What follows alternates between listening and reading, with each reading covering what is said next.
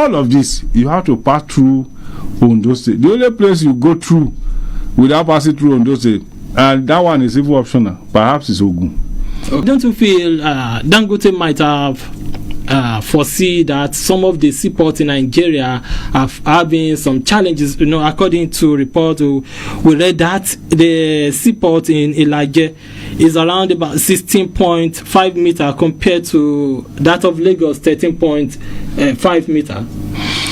Definitely. See, we have been saying this as a people of Ondo State, that whatever Lagos has, without comparing or talking down on Lagos, whatever Lagos has in terms of the coastline, in terms of environment for the natural architectural design for port, Ondo State has it in double.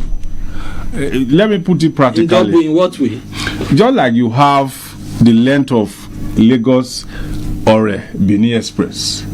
That is what we have at the bank of the river in Ondo State. So imagine that you have that length, Lagos, or even only Lagos or by the seaside. That's what we have. So, and we have it we have some, for instance, in Araromi side, Araromi seaside, up to Ibejoleki, up to Orioke Wamimo down. We have sea that is laced with white sand, with deep sea that can accommodate whatever ship that may be berthing in the future.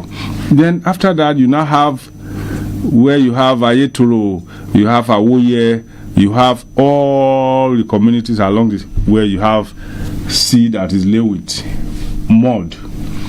So whichever one that any industrialist or any investors would like, or even if this federal government or international agency that want to build seaports around there, you can choose in between. So that's why any investor can now calculate that Ondo State perhaps is better situated. We have one of the longest coastline in the southern district of Nigeria, and don't forget that whatever many of the things that is being discharged or that is imported into Nigeria come into Lagos. Yes. But Lagos, everything that you discharge from Lagos port, whatever you imported from abroad that you brought in through Lagos port, you are either taking it to the north, the south, the southeast, or the southwest. All of this you have to pass through Ondo State. The only place you go through without passing through Ondo State, and that one is even optional, perhaps it's Ogun. Okay. Every other place you have to pass through Ondo State first. If you are going to, for instance, if you are going to the north central, you pass through Ondo State through to Kogi to Abuja. So imagine if you do not get to Lagos before you get your goose, and you are going to Abuja. It's shorter. So you just get, for instance, you just get to Ore. Maybe you get to Bokoda, you get to Araromi side, then you pick whatever you have imported, then you are heading to the north. The same thing if you are going to south, Edo. Imagine, instead of you going through to Lagos, you just get whatever you are getting in Araromi side or wherever, or the Olokula. And you are heading to Edo, you are heading to Bayelsa, the same thing happens when you are going to the southeast. That is the 5 southeastern states of Nigeria. The moment you pass through Edo, when you get to Benin, you face Onitsha. So Ondo State is the closest to all of this, about more than 20 states that you have to pass through already, which is Ondo State. So it is strategically located. But technically, how many ships do you feel this coastline can bet? Talking about a local free trade zone. It depends on the size of the port that the federal government, in conjunction with Ondo State, will be building. But it's as many as possible because we have.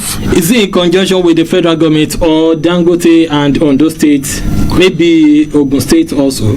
Yes, it's a center for all. It's just like, for instance, where you have airport, everybody is welcome. You have an airport.